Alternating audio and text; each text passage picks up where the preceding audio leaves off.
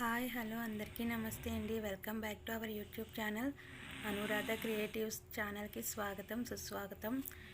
నా వీడియో చూస్తున్న ప్రతి ఒక్కరికి పేరు పేరున ధన్యవాదాలు అయితే తెలుపుకుంటున్నానండి. నా ఛానల్ని సబ్స్క్రైబ్ చేసుకొని సపోర్ట్ చేసి లైక్ షేర్ కామెంట్ అయితే ఇవ్వండి. Please support my channel.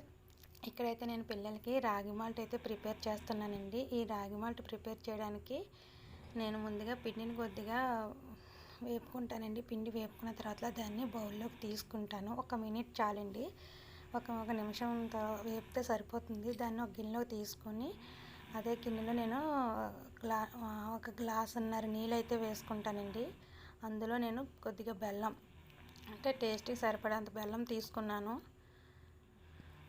మీరు కూడా టేస్ట్కి సరిపడంత బెల్లం అయితే తీసుకున్నాను కదా, అది కొంచెం బాగా కరిగిన తర్వాత స్పూన్తో అటు ఇటు కలపండి. కరిగేంత వరకు కలిపితే అది త్వరగా మెల్ట్ అవుతుంది. మెల్ట్ అయిన తర్వాత దాన్ని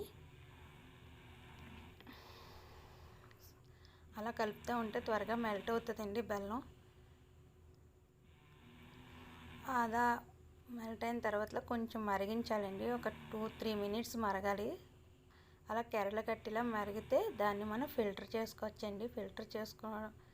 ఫిల్టర్ చేసుకుంటే దానిలో ఉన్న ఏమైనా ఉంటే డస్ట్ పార్టికల్స్ అనేవి బయటికి మనం ఇంకా ఫిల్టర్ చేసుకుంటే ఫిల్టర్లో వచ్చేస్తాయి. కాబట్టి డస్ట్ పార్టికల్స్ అనేవి బయటికి వచ్చేస్తాయి. బెల్లంలో కొద్దిగా డస్ట్ ఉంటుంది కదా, అదంతా బయటికి మనం ఫిల్టర్లో పెట్టేసుకుంటే సైడ్గా ఉంటుంది.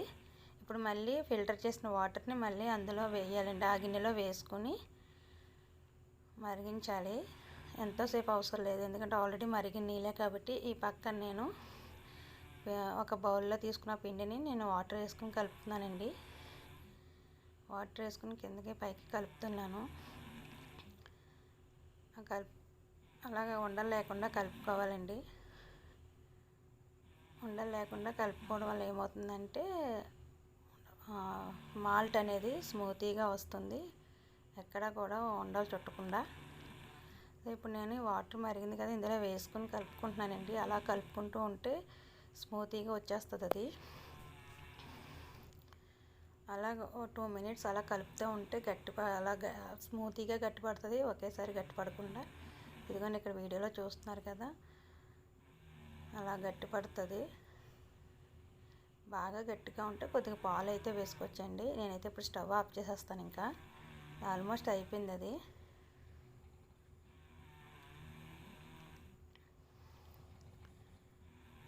దీన్ని చల్లారిన తర్వాత అయితే నేను బౌల్లోకి తీసుకుంటానండి. కాలిపోద్ది కాబట్టి నేను చల్లారిన తర్వాత బౌల్లోకి అయితే తీసుకున్నాను. ఇది పిల్లలకి తినిపిస్తానండి. నేను వీక్లీ వన్స్ అలా పెడతానండి. డైలీ రెగ్యులర్గా పెట్టను, వీక్లీ వన్స్ పెడతాను. డైలీ పెడితే వాళ్ళు ఏమీ తినరండి బాబు. మా పిల్లలు ఒక ఫుడ్ డైలీ అస్సలు కంటిన్యూ చేయరు. చూడండి ముందు